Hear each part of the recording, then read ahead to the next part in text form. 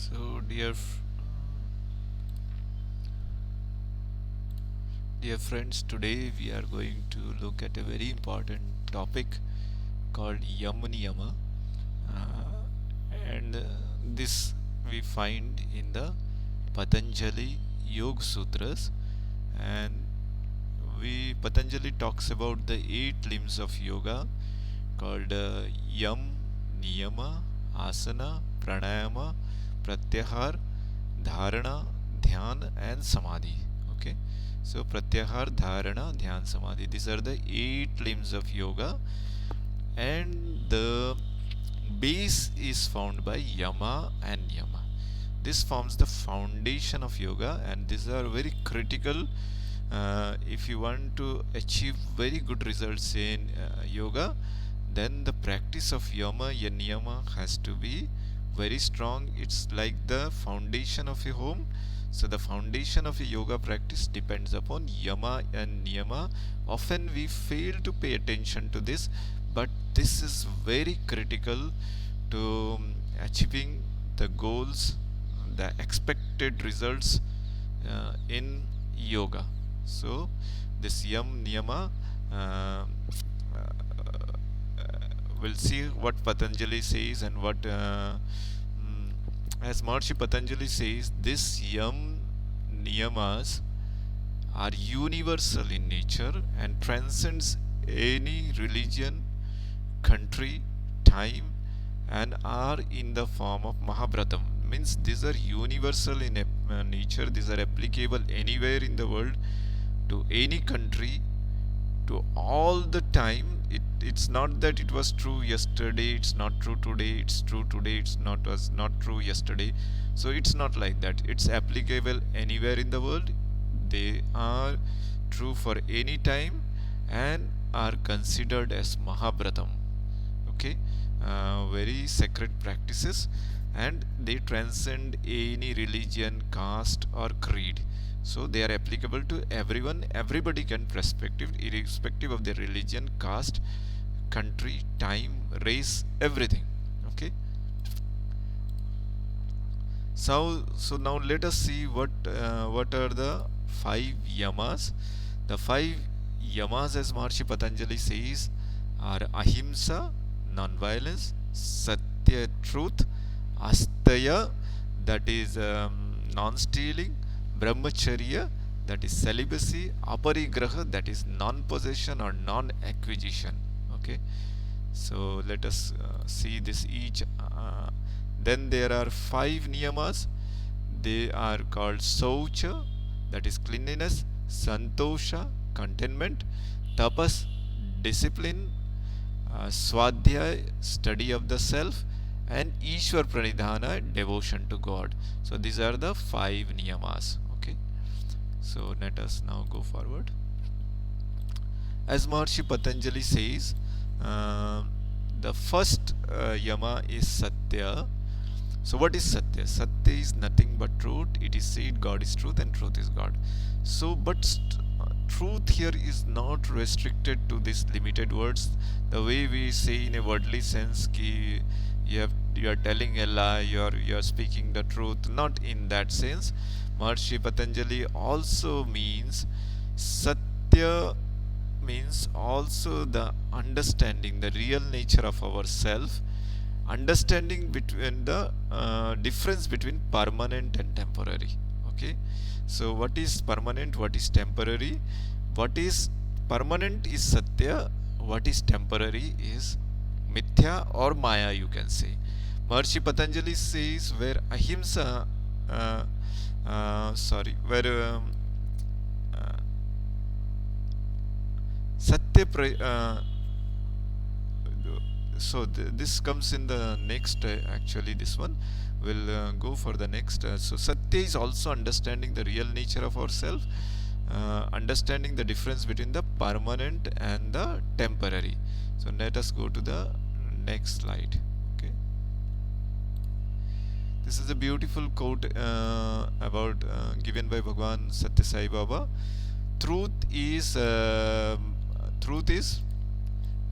truth is man's nature to be nature. To be untrue is to be false to one's nature, dharma. Right action is the practical application in real life of the ideal of truth. Shanti is the result of dharma, and prema is the effulgence of shanti. Okay, truth is man's essential nature. To be truthful is man's essential. To be untrue is to be false to one's own nature. So when we speak the untruth, when we, it is actually, truth is our very existence, our very life. Okay, it is the principle of the atma, that is the truth. Okay, and it's always there. So that is existential reality, you can say. Okay, that is all pervading reality, the divinity within us, that is truth. And that's why the Christian says truth is God and God is truth. So that is one of the essential fact of truth. Now another very beautiful quotation is there. Truth has to persist unaffected in the past, present and future.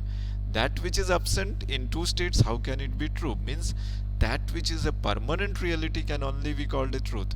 Not which is absent between two states, it cannot be called true. That which existed earlier doesn't exist now, that cannot be called true. So everything is material, is going to change, so we cannot call it truth. But the soul can be called truth, because it was there yesterday, it will be there tomorrow, it will be forever there, so that can be called truth. Okay, now there is a very beautiful quotation from the, I think this is from the Mahabharata. Speak the truth, speak pleasantly. You have to speak the truth, but you have to speak it pleasantly.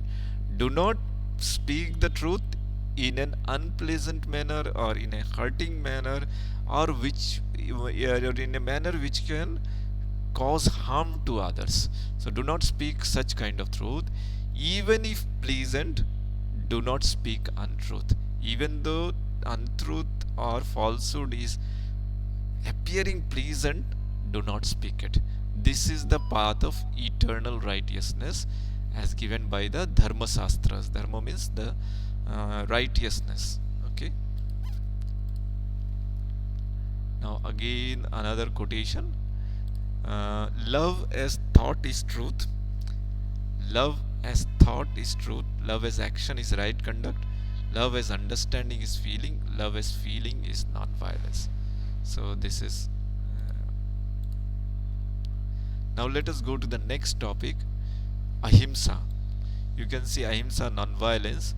So non-violence generally we used in a sense of a non-violence physical sense, but here in yoga it has a broader perspective. So yoga also means unity of mind, body and soul. It means integration of mind, body and soul. It means a better state of the mind, body and soul. So Maharishi Patanjali is also talking about ahimsa in the sense that it could be kaik, which means through the body. Ahimsa means non-violence can be kaik. Non-violence should be manasik, which means mental or in our thoughts. It can be vachik, which means through words, okay, through shabda. So we can cause violence to someone through the, not only through the body, but through the mind, or in our thoughts also we can cause harm to others. Through our words also we can hurt others. And these are two things we sometimes regularly do. But when we practice this kind of violence, then it creates a stir in our body, it creates a stir in our thoughts, it creates a stir in our mind, it creates a stir on our body metabolism, it creates a stir on our hormonal system, neural system, and so many other things, endocrine system, and all those things. It creates a stir. So in that case we cannot achieve a yogic state of balance, of calmness, of integration. That cannot be achieved. So it's very important that to in the practice of ahimsa is core to the practice of yoga. Okay, it also means not causing harm to oneself, like thoughts of self-destruction. They are in a way himsa. even self-destructive tendencies we should not have in the practice of yoga. Okay. Next comes brahmacharya. Brahmacharya, in a literal sense, means celibacy, strict self control over the senses, over the mind. But without sense control, yoga can be difficult. Desires, attachment, lust can all create a stir in our body, in our mind, in our impulses, in our sense organs, in our physical body. It can create all kinds of disturbance. So, for the steady practice of yoga, brahmacharya or self discipline or sense control is an essential. But brahmacharya in the strict sense is required by the sages for the householders. It is, say, uh, we are living in our wife and focus on that can also be called brahmacharya. In self-regulation can also be called brahmacharya. But brahmacharya also means one who abides in the brahma में आचरण करना. One who acharan means rehna and brahma means the divinity. So one who abides in the brahma or divinity, that is also therefore called brahmacharya. Therefore living in God is also called brahmacharya. When our thoughts, our mind, our everything exists in brahmacharya, definitely we will not think about small pleasure, because we are getting pleasure from a higher entity. So we'll not think about small pleasures, because our thoughts only resides, is integrated in the universal consciousness. At that time we will not think about small pleasure, because we are getting pleasure from a higher entity. We are bliss, we are Ananda Sarupa, and we have come to that reality. So we'll not throw ourselves into small pleasures of the world. Okay, so Maharishi Patanjali says the practice of brahmacharya leads to conservation of energy or strength. Whoever practices brahmacharya, definitely he conserves his energy, strength, and he has better self-control. In today's days, this has become very important yet very difficult. Okay, due to the impact of media and all those things, brahmacharya has become little difficult, but it can be done. It requires a strong willpower, it creates a mental provision and some mind control. Like we can do some japa, ramanam japa, we can take some gayatri mantra japa, and sometimes some hour putting to that practice or karma yoga. That kind of practice can help us gradually move towards brahmacharya, and some self discipline in personal life, and can also some self regulation can also help brahmacharya, the practice of brahmacharya. Now let us come to astaya. Astaya, non-stealing.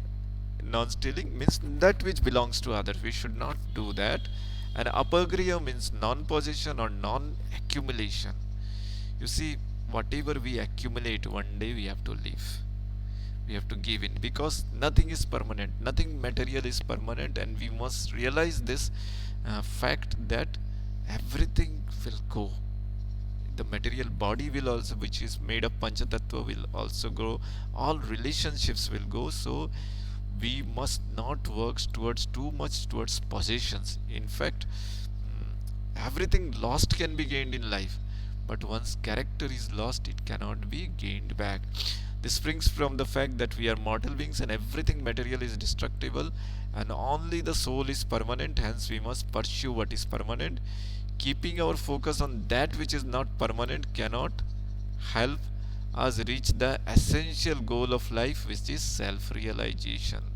Self-realization cannot be reached through when we are looking after gathering objects. Even a person who is dying holds on to his possessions, tries to hold on to his land or possession. He says, what will happen to me after my death? So that kind of things creates attachments. So we must be aware of this fact that these are all attachments which will keep us away from attaining higher goals or divine goals. uh, so we must be ready to achieve that. Okay.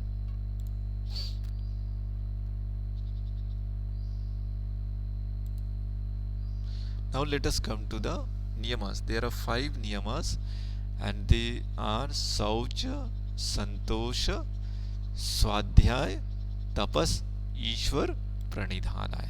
Okay. So Saucha is nothing but cleanliness, external as well as internal. Maharishi Patanjali says it leads to decrease in desire to seek pleasure from outer objects. Okay, this is what Maharishi Patanjali has to say in respect. What is Saucha? Say external cleanliness. We all know we have to wash our teeth, we have to wash our hair, we have to apply cream or whatever it is. We know that what is Saucha, external cleanliness.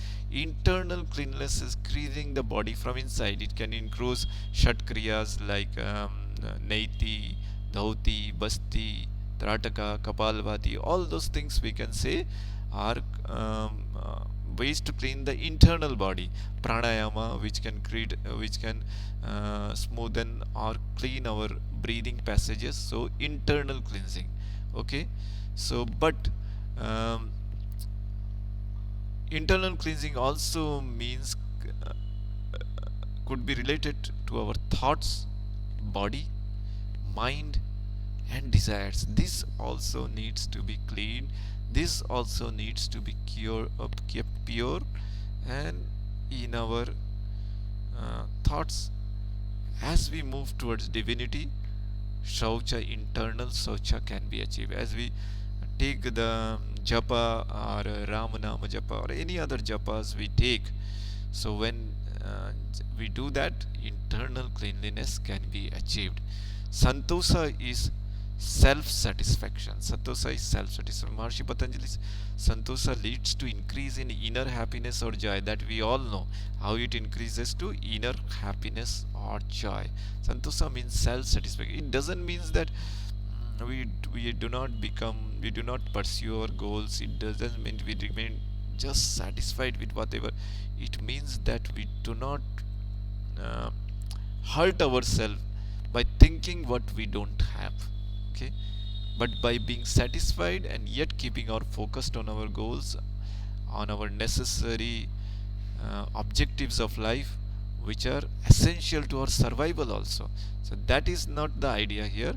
The idea is to not to be unduly oversatisfied. Now Swadhyay is the Swa Adhyay. Swa means self and Adhyaya means study. So Swadhyay means study of the self, but it can be achieved through books, it can be achieved through meditation, it can be achieved through some internalization, it can be achieved through some satsanga, through good companies, through advices from mentors. This can be achieved. So Swadhyaya is that. Tapas is sense controlled, mind control. Tapas means small tyaga. Okay, like not overeating, some bratas. Okay, uh, uh, some deprivation of the indriyas, not always feeding the indriyas, not always feeding the mind with whatever it wants, not always feeding the indriyas with whatever they want. Okay, some control over the thoughts, over the mind, over the indriyas, that is called tapas. Because that, Maharishi Patanjali says, it leads to decrease in physical mental disorder and better control over the body and the mind. When we exercise tapas, we have better control over the mind and body. Ishwar Pranidhana is surrender to God. Whatever we do at the end, the Bhagavad Gita also says, surrender to God. You do your duty for me and uh, leave it to me and surrender it to me. For my sake, you have to do the duty, for my love, for making me happy. Okay, so that is the essential way. Ishwar Pranidhana, or surrender to God. Surrender all your activities. Then you achieve freedom. Then you are no more tied. Then you are no more into bondages. Okay, you achieve freedom through your work, you achieve freedom to your thoughts, because you have given it to a higher entity. You have given it to a universal consciousness. So you do not get attachment through your actions. Your attachments do not bind you. So but just you do your duty for the sake of duty. So that is how we have completed Yama and Niyama. So these are very essential to the practice of yoga. These are, in a sense, uh, very foundation of yoga, yet the very strong points of yoga. And if you have strong foundation, we can climb higher in the field of yoga. But these are very essential in yoga, as yoga done without this basic foundation can sometimes uh, not lead to the desired results from yoga, and then we start blaming yoga. But the essential mistake is in us.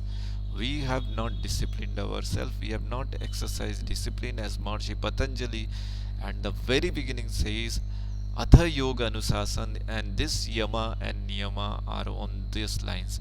This is a essential practice of discipline. Okay, this whole practice of yoga is about discipline.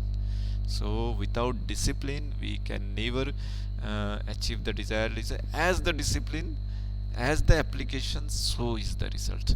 In yoga, the results are directly commensurate with the effort we put in, with the discipline we exercise, with the Maharishi Patanjali's Yoga Sutras are like the constitution of yoga.